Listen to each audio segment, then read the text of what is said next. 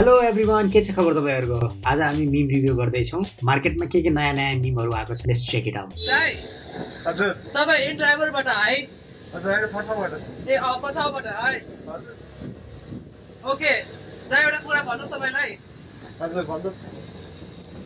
I wanna go home. I wanna go home. तपाई उतर्नुस्। यो सोल्टीले मिठो मिठो भिडियो हाल्छ, जस्तै त्यो क्यारेक्टर नयाँ नयाँ क्यारेक्टर फेला पार्दो रहेछ नि पछि राइडिङ गर्दा नमुनाहरूको भिडियो हाल्छन्, त्यो हँसाउँछ। ताराको टोपी, सूर्यको टोपी, रुखको टोपी लाउँदै तिनकै भात र मासु खाँदै चिसो पनि पिउँदै गएर घन्टीमा ल्याम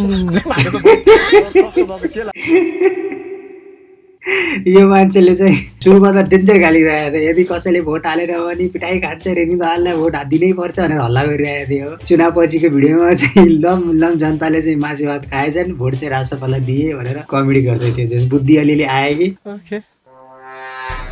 के हो? मैले त भनेको थिएँ नि धेरै सिम नहो भनेर। देखिस् नि तँलाई होस् हान्दियो होइन त? केही छैन, त्यो केटीले लोकी तँलाई नै मन पराउँछ।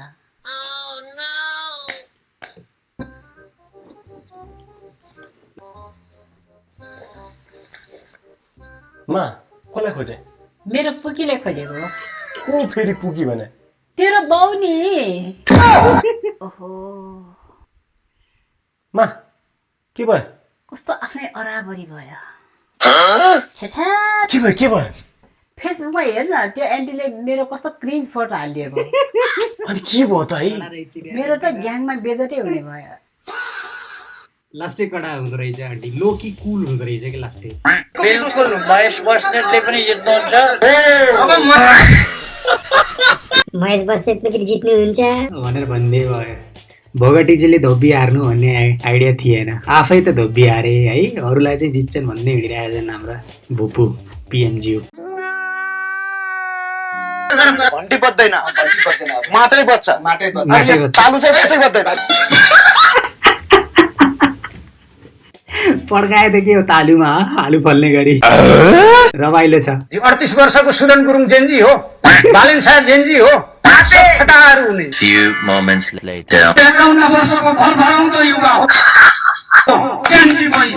असम्भव, जेन्जी भाइ हो।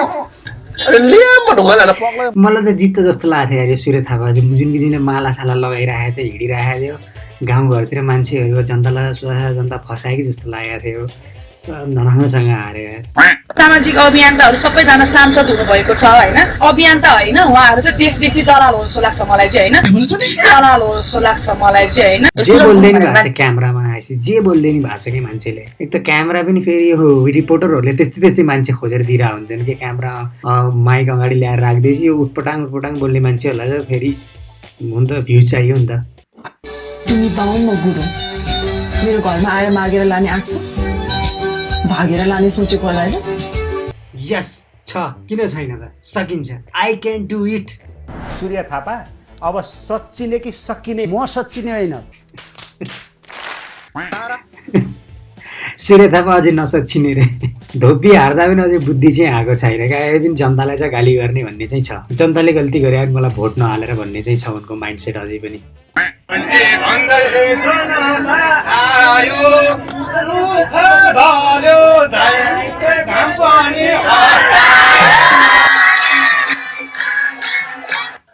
मिलाए त, मिठो मिलाए त। माहौल जो त्यस्तै भएको थियो यसपालि। तपाईँले आफैले भन्नुभयो एउटा गाउँपालिका अगाडिको घरहरूको व्यवस्थापन गरेर तपाईँले चाहिँ स्थानीय हिसाबले तपाईँले लिनुपर्छ भन्दा चाहिँ तपाईँले भोट हालेर दिँदा के अर्थ भयो त भन्नु त? हजुरले सुन्नुहोस् न मेरो कुरा, मैले दिनुभयो आशिका दिदीले, दिनुभयो, कडा दिनुभयो। काम त गर्नु पर्यो नि, जनताले जिताइसकेपछि गरियो गरेर बहाना त बनाउनु भएन नि त।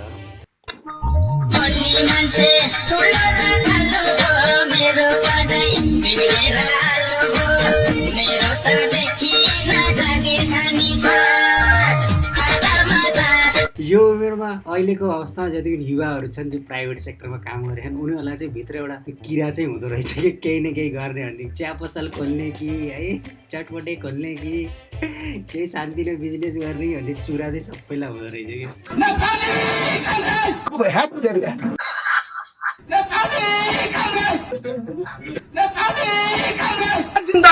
बुढा कराएको कराइदिए रेस्पोन्सै छैन क्या जनताबाट रुकुम नभए प्रचण्डजीको पनि बजारतिर लडायो उस्तै उस्तै रहेछ क्या धन्न मोबाइल उस्तै उस्तै होइन हालत बिजोगी हुन्थे प्रचण्डजी यदि रुकुम नगएको भए यिनी ढल्ने थिए बुढा तर डेन्जर मास्टर माइन्ड मान्छे चाहिँ डेन्जर मास्टर माइन्ड मेरो लागि के हाल्नु तपाईँको लागि मेरो लागि त त्यहाँ हारको भन्ने कहाँबाट ल्याउनु हो फेरि शब्द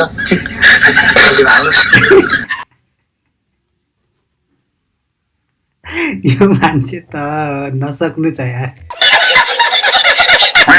नेताले जनतालाई पटक पटक झुक्याएको थियो त्यसपटक जनताले नेतालाई झुकाइदियो यो मान्छेलाई त म हेर्नै सक्दिनँ यार हँसाएरै मार्छ यार हिजो जसरी गृहमन्त्री सुदन गुरुङले दीपक भट्टराई समाजमा उहाँलाई स्यालुट गर्न चाहन्छु अभिनन्दन गर्न चाहन्छु पिछुलेहरूले देश बिगारे होइन त्यसैले उहाँ कहाँ सुत्नुभयो म त्यतिखेर जान चाहन्छु एक्सन भन्छु छोडिदिनु होइन त्यो कुरा पनि तपाईँ मलाई नै सुन्नुहोस् मैले के भनेको छु भन्दाखेरि गृहमन्त्रीले पछिल्लो समय गरेका कामहरूको म खुलेर प्रशंसा गर्छु सुदन गुरुङको भ्रष्टाचारलाई कारबाहीको सुशासनको कुरा डेलिभरीको कुरा विकासको कुरा यो लेभलको एनर्जी काजुबाटै आउँछ जसले काजु खान्छ यो लेभलको एनर्जीमा भाषण गर्न सक्छ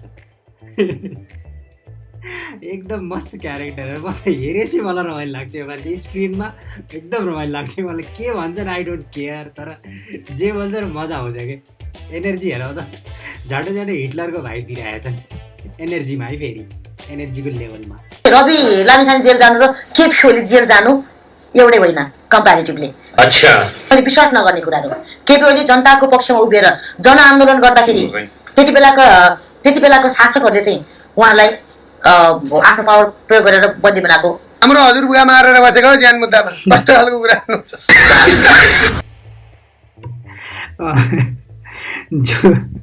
ज्योति मगरको पनि नौटङ्कीले केही काम लागेन कसैलाई एउटा एक भोट पनि ल्याएन होला यिनको नौटङ्कीले गर्दाखेरि त एमाले है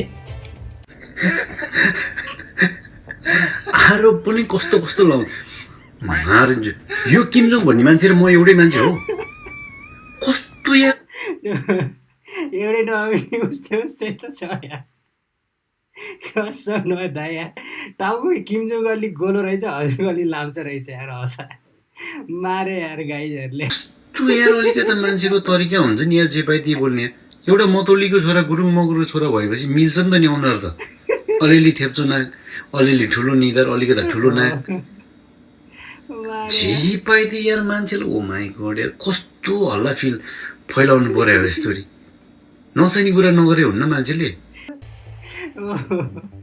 फेसबुकमा अब आफ्नो एउटा क्यारेक्टर बनाइसकेपछि त उडाउँछन् कि अब भोलि जसको पनि मिम भन्न सक्छ मेरो फुलको इज्जत तिमीले बचाइराख्नु ढुकढुकीमा सधैँ माथिको फ्री फायर चाहिँ र पब्जी चाहिँ जेन्जी तलको गेमहरू चाहिँ मिलेनियलहरूलाई मन पराउने गेमहरू हो यो बुझ्यौ नि तिमीहरूले केटाकेटीहरूले नबुझ्नु पनि सक्छौ यो तलको गेम अझै खतरनाक गेम हो यसमा जे पनि हुनसक्छ रियलमा है फेरि that's it for today guys I hope कि तपाईँहरूले इन्जोय गर्नु होला सो डिफ्रेन्ट टाइपको मिमहरू लिएर म फेरि आउनेछु सी यू नेक्स्ट एपिसोडमा फेरि भेटौँ बाई